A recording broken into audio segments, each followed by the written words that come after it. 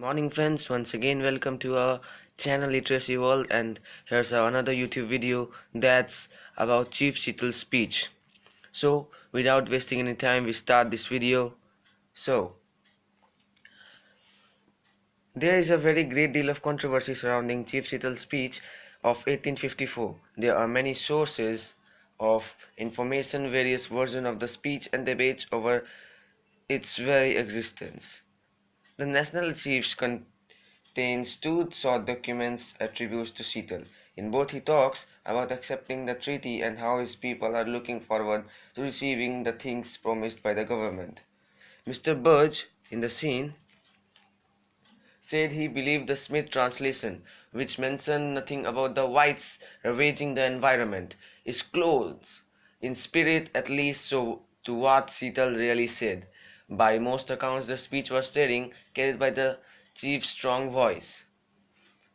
So up to here I have explained, means in my view I have explained you how the scene goes, means how the story goes from where it starts. Then let's start. Version 1 appeared.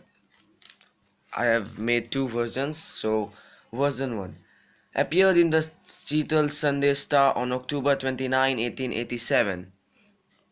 In a column by Dr. Henry A. Smith, he makes it very clear that his version is not an exact copy, but rather the best he could put together from notes taken at the time.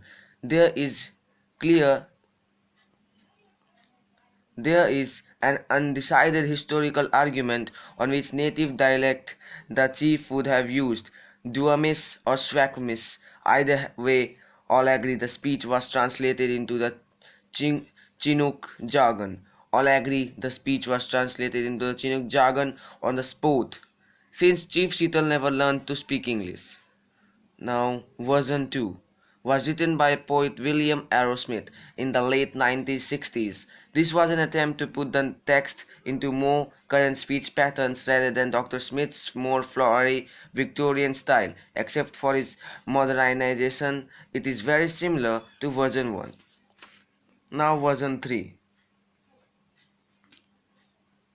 is perhaps the most widely known of all. This version was written by Texas professor Ted Perry as part of a film script. The makers of the film took a title literacy license, further changing the speech and making it into a letter to President Franklin Pierce, which has been frequently reprinted. No such letter was ever written by or for Chief Seattle. Version 4 appeared in an exhibit at Expo 74 in Spokane, Washington, and is a shortened edition of Dr. Perry's script. Now version 3 in this scene also in this version 4 also includes version 3. Chief Seattle delivered his speech at Washington in 1854, saying that whatever Seattle said, the great chief at Washington could reply upon with as much certainty as he could upon the return of the sun or the seasons. He sends greetings of friendship and goodwill, and thanks the white chief for their friendship in return. His people were many. They were like the grass that covered vast prairies. Seattle had few people. The white chief had sent word that he wished to buy their land, but he was willing to allow them enough to live comfortably. This indeed appeared just, even generous. There was a time Seattle's people covered the land, but that time long since passed away.